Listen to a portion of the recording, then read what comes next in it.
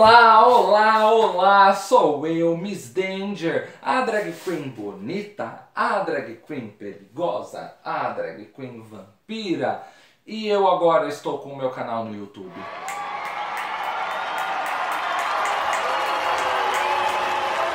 E aí, você recomendou meu canal para os seus amigos? Depois desse vídeo você vai recomendar. Eu vim aqui opa! Eu deitei em cima, eu quase sentei em cima do cabelo. Sempre que eu ponho essa peruca eu me lembro por que eu cortei meu cabelo e fiquei careca.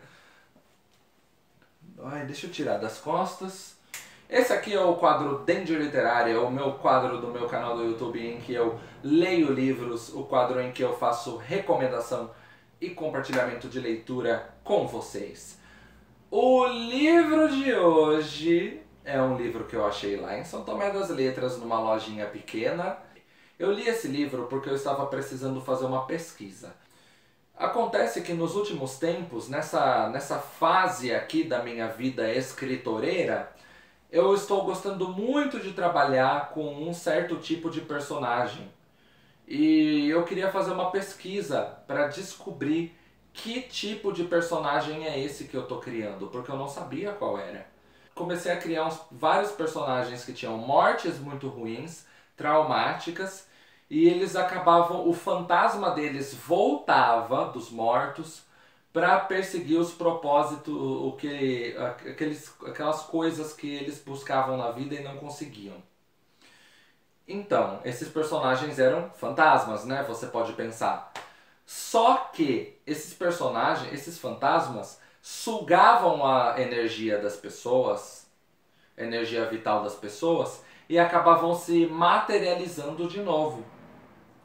Ou seja, eram pessoas humanas, esses vilões. Daí eu fiquei sem saber que tipo de personagem é esse que eu tô criando? Que tipo de monstro é esse? É um monstro humano, mas que na verdade é um fantasma, mas o fantasma consegue se materializar depois de sugar a energia das pessoas? Será que esse arquétipo, será que esse tipo já não existe? Será que eu estou inventando? Será que é uma ideia nova que surgiu ou isso já existe em outro lugar? Daí eu decidi pesquisar. Foi daí que eu encontrei o quê? Esse livro aqui.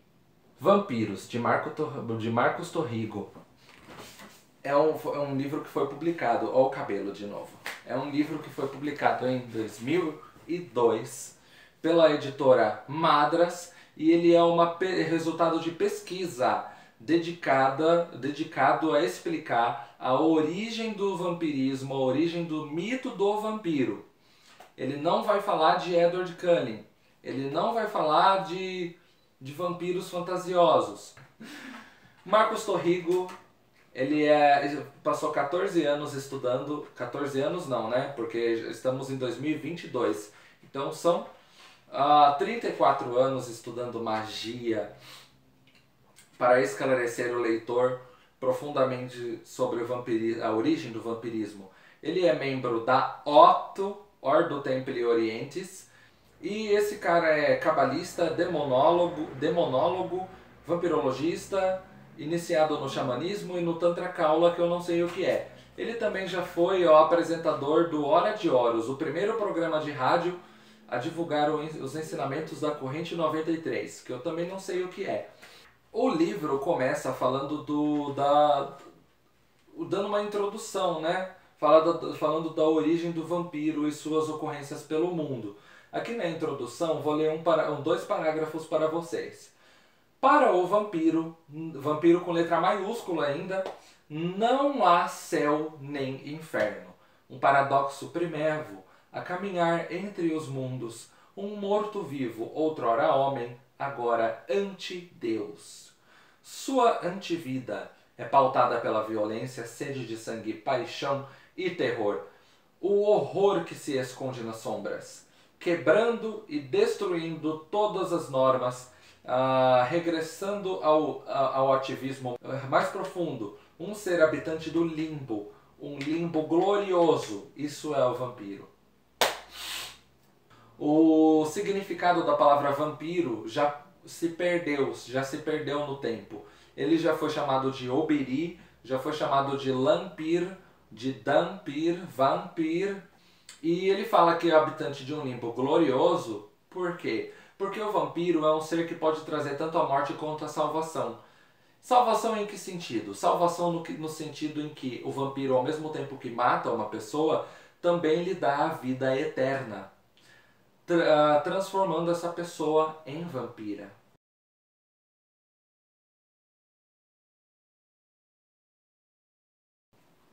Os Rakshasas eram habitantes de locais de cremação, onde eram cremados inúmeros cadáveres.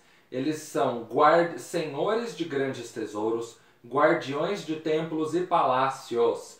A pele deles é de cor azul escuro, mas pode também ser verde ou amarela. Quem já tem alguma relação, algum conhecimento aí da cultura hindu, sabe, já deve estar familiarizado com essa questão da cor de pele, né? Basta você olhar para os deuses hindus. Eles são verdes.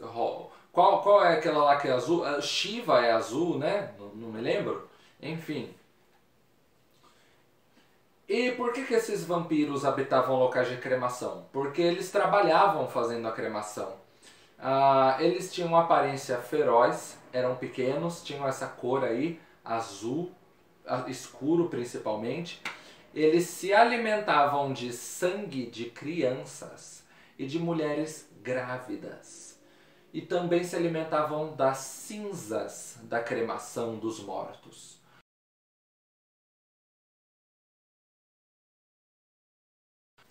Passando para o meio dos ciganos. Os ciganos, para quem não sabe, são povos nômades.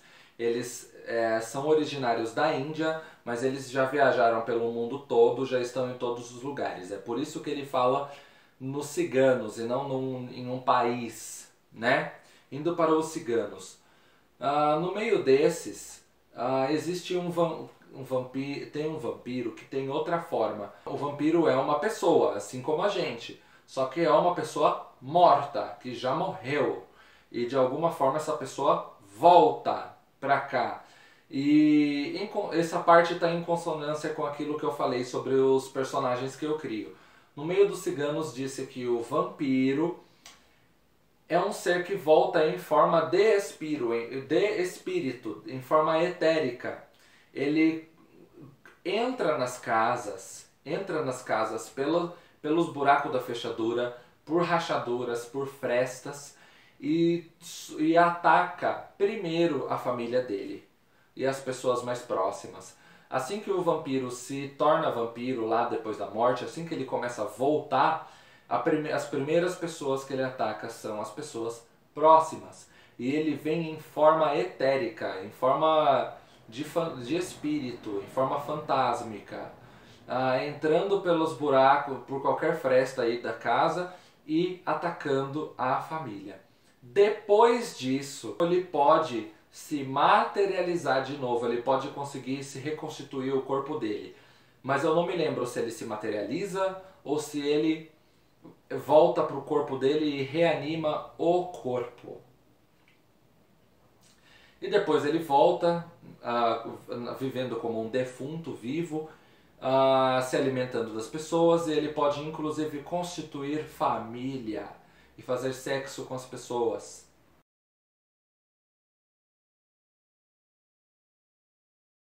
Os vampiros no meio árabe se chamavam ghouls. Quem já assistiu Tokyo Ghoul sabe como se escreve, Ghoul.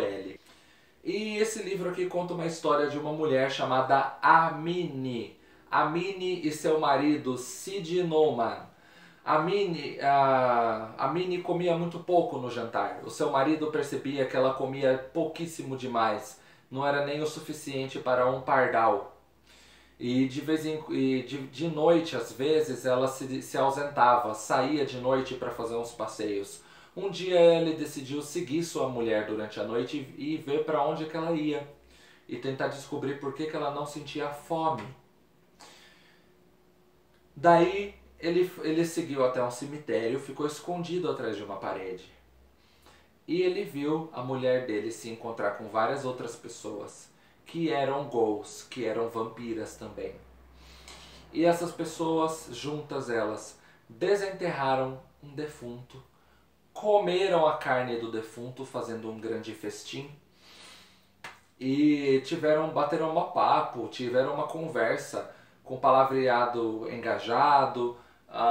Enfim, ele conta que os vampiros eles têm um desenvolvimento intelectual também, conversam bem. E depois que ele chegou em casa, né, ele esperou, ele não estava acreditando naquilo. Ele esperou pelo próximo jantar com sua esposa e de novo ela não queria comer muito.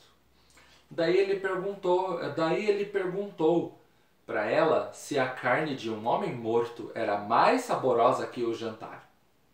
E a mulher ficou furiosa. A mulher ficou tão furiosa que jogou uma maldição, jogou um feitiço em seu marido, transformando-o num cachorro. Aqui nós vemos duas coisas interessantes. Só vou continuar mais um pouco. Através das artes mágicas de outra mulher, o marido de Amini, volta à forma humana e ainda ganha uma poção mágica destinada à sua esposa. Quando se defronta com Amini, lança a poção nela com a seguinte frase: receba o castigo da maldade. E a feiticeira, a vampira, é transformada numa égua e imediatamente levada para um estábulo.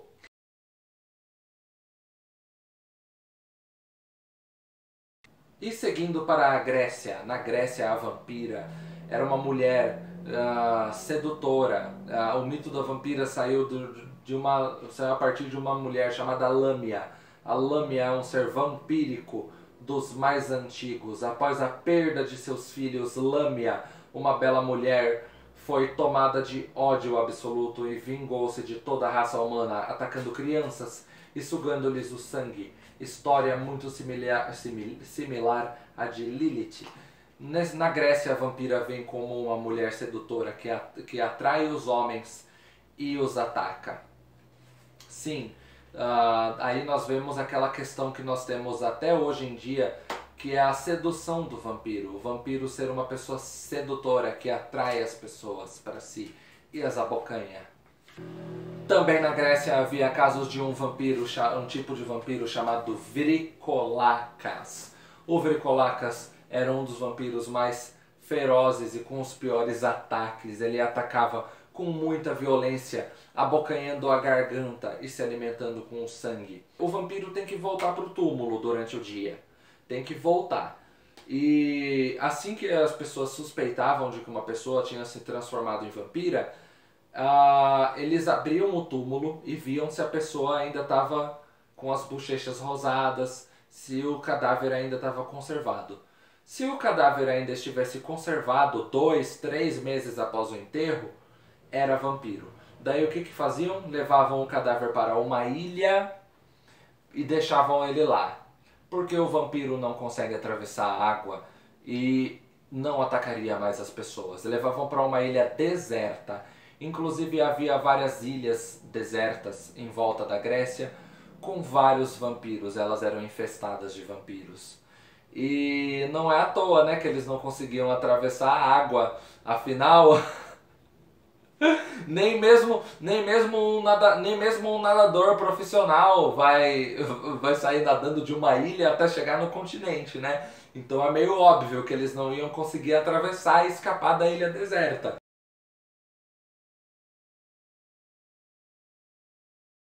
Ele tem unhas muito longas, cabelos brancos com tons de verde e olhos avermelhados. Ele também podia ter a pele amarela. Esse vampiro podia voar, mas como o grego não atravessava a água e deveria voltar à sepultura após suas atividades, como um morto-vivo. Os chineses, na mitologia deles, acreditavam que o nosso corpo tinha duas almas. Uma era a alma superior, que era chamada de Hun, e outra alma inferior, chamada de Po. E quando uma pessoa morre, a alma Hun dela vai para o paraíso, e a alma Po, a A alma pô, não me lembro, parece que desce para o inferno ou parece que fica no limbo. Enfim, não me lembro. Mas pode acontecer de quando uma pessoa morrer, a alma Hun dela ir embora e a alma pô continuar no corpo. Assim nasce um vampiro. E a alma pô, como ela é muito animalesca, é muito sexual e tem sede de sangue, acaba transformando a pessoa numa vampira. Ela volta à vida, nessa vida vampírica, e começa a atacar as pessoas. Como é que a gente sabe? Como é que os chineses sabiam que se alguém estava se transformando em vampiro? Bastava colocar um espelho na frente do nariz da pessoa.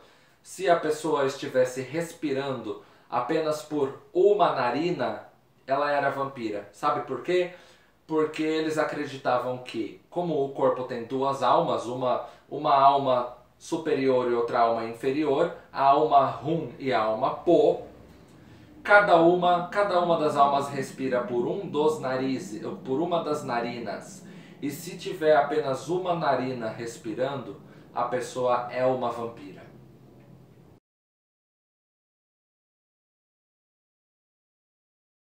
O vampiro, Asasabonsam é um vampiro encontrado no folclore Ashanti, que vive no âmago das florestas e tem forma humana. Só é avistado por caçadores que se aventuram nesses territórios. Ele ataca puxando suas vítimas para o alto das árvores.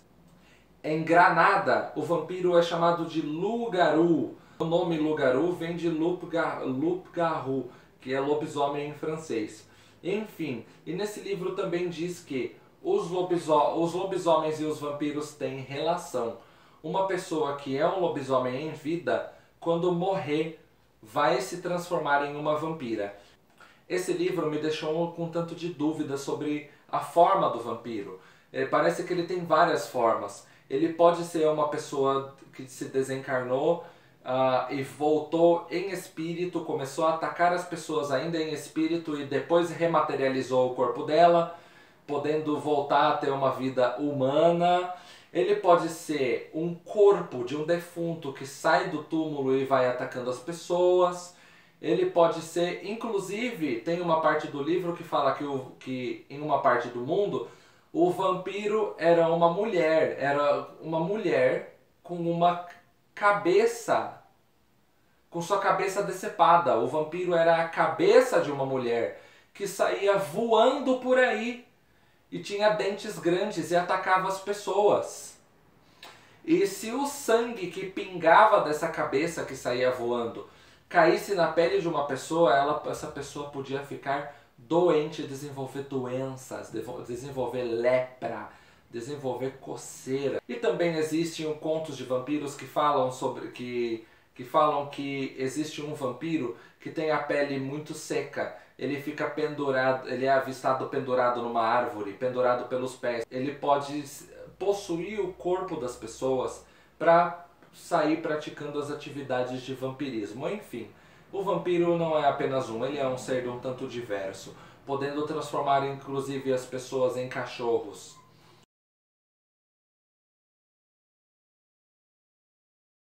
Uma das formas de se matar um vampiro é dividindo seu corpo em vários pedaços e queimando o vampiro. Inclusive lá na saga Crepúsculo, a tribo Quileute, quando mata o primeiro vampiro da tribo, dividem o corpo do vampiro em vários pedaços e eles guardam alguns pedaços do corpo do vampiro dentro de potes, dentro de pequenos recipientes.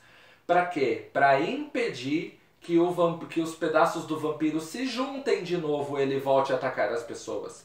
Então, uma das soluções para se deter o vampiro é queimá-lo, dividindo ele em pedaços. Todos os ossos do vampiro têm que ser quebrados antes dele ser queimado. Outra forma de se deter o vampiro é você tem que descobrir o corpo do vampiro, descobrir o corpo lá que não está se decompondo no caixão, pregar o corpo no fundo do caixão com uma estaca para ele não escapar, e ele tem que ser deitado de bruço, tem que deitar o vampiro de bruço, pregar uma estaca nele. Aí depois é feito um ritual de exorcismo com aquele corpo, ele é enterrado de novo. Outra forma de vencer o vampiro, por estranho que pareça, era fazendo o quê? Fazendo um funeral para ele. Você tinha que chamar o padre, fazer todo o rito do funeral, fazer a reza, blá blá blá, fazer as orações lá com as pessoas em volta, fazer um funeral para ele.